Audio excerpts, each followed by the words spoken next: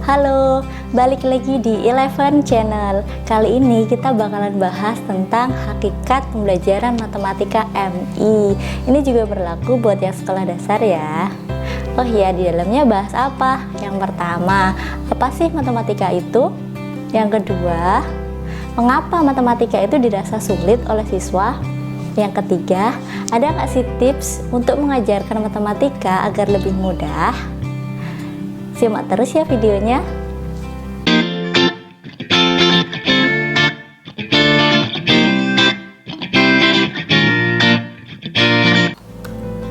Hakikat pembelajaran matematika MI. Hakikat itu sendiri artinya intisari atau dasar. Menurut KBBI ya, matematika itu berasal dari perkataan Yunani. Matematike artinya pelajari. Asal katanya matema, pengetahuan atau ilmu, knowledge or science. Berhubungan dengan kata matenein, artinya belajar atau berpikir. Jadi berdasarkan asal katanya, maka matematika adalah ilmu pengetahuan yang didapat dengan berpikir atau bernalar. Pernahkah kamu berpikir mengapa harus belajar matematika? Matematika itu kan kita pelajari dari bahkan sebelum sekolah ya, yaitu di taman kanak-kanak. Kan sudah belajar tentang bangun, tentang pola-pola, tentang angka. Lalu di SD, SMP, SMA, bahkan sampai kuliah ya. Nah, ini nih. Mathematics is more than completing sets of exercises or mimicking processes the teacher explains. Doing mathematics means generating strategies for solving problems, applying those approaches, seeing if they lead to solution, and checking to see if your answers making sense. Jadi matematika itu bukan hanya melengkapi semua soal latihan atau proses menirukan penjelasan guru. Mengerjakan matematika berarti menghasilkan strategi-strategi untuk menyelesaikan masalah, menerapkan pendekatan tersebut, melihat apakah itu akan membawa ke sebuah solusi, dan memeriksa apakah hasil yang didapat masuk akal. Anak usia MI atau SD berada pada usia 7-12 tahun. Menurut Piaget, anak usia ini masih berpikir pada tahap operasi konkret, belum berpikir formal ya. Ciri-cirinya, mereka dapat memahami operasi logis dengan bantuan benda-benda konkret, belum dapat berpikir deduktif dan berpikir secara transitif. Padahal matematika kan memiliki objek yang abstrak ya. Nah, anak sendiri di tahap konkret, matematikanya abstrak. Kesenjangan ini yang menjadi satu di antara penyebab mengapa matematika dianggap sulit oleh kebanyakan siswa. Nah, tugasnya kita nih sebagai guru untuk membuat matematika yang abstrak menjadi terlihat konkret di mata anak-anak. Nah, solusinya gimana?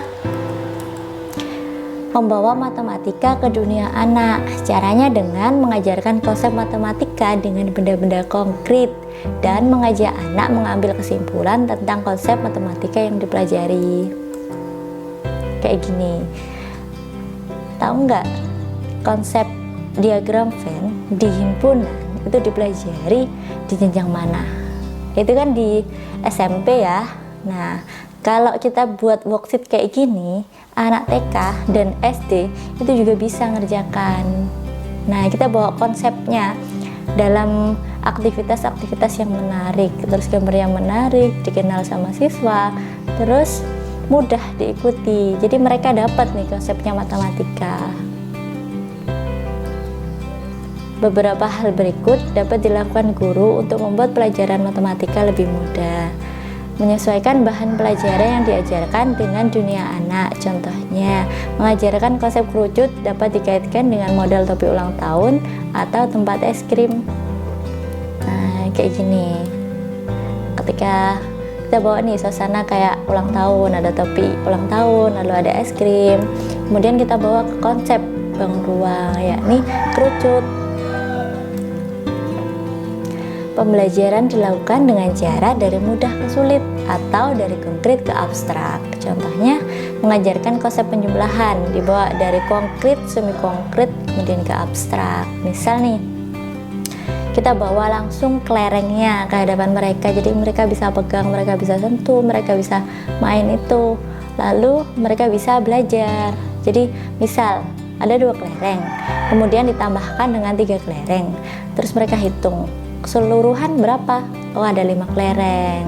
Setelah belajar dari benda-benda yang konkret ini, kita beralih ke semi konkret, yaitu modelnya. Misal bulatan ini kita lambangkan sebagai kelereng. Jadi untuk menggambarkan 2 kelereng cukup dengan menggambar 2 bulatan. Lalu 3 kelereng. Hasilnya berapa? Oh, 5 kelereng. Setelah dari semi konkret atau modelnya, kita bawa ke abstrak. Oh, jadi nanti ketika mau jumlahkan 2 ditambah 3 itu sama dengan 5. Caranya sama seperti yang sebelum-sebelumnya, yaitu menghitung berurutan. Penggunaan alat-alat peraga. Contohnya, bawa anak-anak ke taman edukasi. Di sini di mana ya taman edukasi yang ada matematikanya? Kemudian bawa benda asli ke kelas atau beri model atau foto ke anak-anak. Kalau di Bogor itu ada namanya Kampung Matematika. Tuh ada 2 gambar. Selebihnya bisa browsing sendiri ya. Lalu kalau model matematika, misal pecahan atau mungkin mau buat balok, nah itu ada contohnya. Terus ini bikin dadu, terus ada boneka-boneka.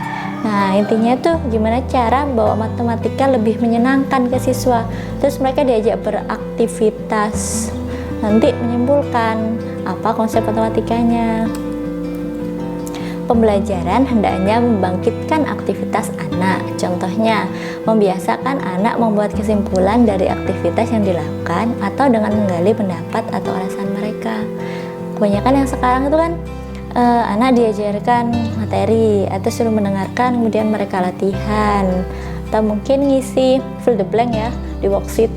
Kita mungkin jarang menggali pendapat mereka atau mungkin alasan mereka. Misal dari tahap ini ke tahap ini kok bisa ya, kenapa ya, dari mana. Nah itu yang penting. Jadi habis digali seperti itu lalu digiring dibawa ke konsep matematikanya. Jadi nanti dia bisa menemukan sendiri kesimpulan konsep matematika yang sedang dipelajari. Nah kayak gini, ketika mau belajar tentang bangun datar yang sisi-sisinya segitiga ada berapa, pakai stick. Kemudian mau belajar titik sudut dari bangun datar, nah pakai itu tuh, bisa pakai malam ya, atau plastisin. Nah itu menyenangkan kan? Atau mungkin belajar sisi dari bangun ruang pakai Lego atau apa itu ya, yang kayak bongkar pasang. Nah itu juga bisa itu. Jadi kita bawa matematika gimana caranya untuk menyenangkan. Semua kegiatan belajar harus kontras. Contohnya, mengajarkan konsep bangun datar dengan mengelompokkan yang sejenis dan beri counter example atau non contoh yang memiliki perbedaan ciri yang mencolok atau kontras. Jadi, yang kontras di sini non contohnya ya. Jadi mereka bisa mengelompokkan benda-benda yang sejenis atau ciri-ciri yang sejenis. Misalnya gini, kita mau mengajarkan konsep segitiga. Kita tempatkan segitiga, kemudian ada segi 4, mungkin 1 ya. Nah kemudian kita minta siswa untuk melompokkan mana benda-benda yang sejenis, mana yang cirinya berbeda dari benda tersebut, kemudian cirinya apa yang membedakan. Nah kita ajak siswa beraktivitas, digali pendapatnya, lalu biarkan mereka mengambil kesimpulan. Nah menyenangkan kan? Nah, itu tadi tips-tips untuk mengajarkan matematika biar lebih menyenangkan. Yang penting itu usahanya.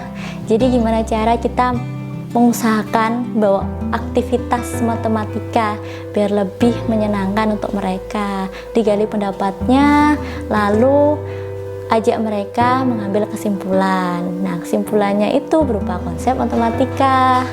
Selamat mencoba, selamat belajar, semangat!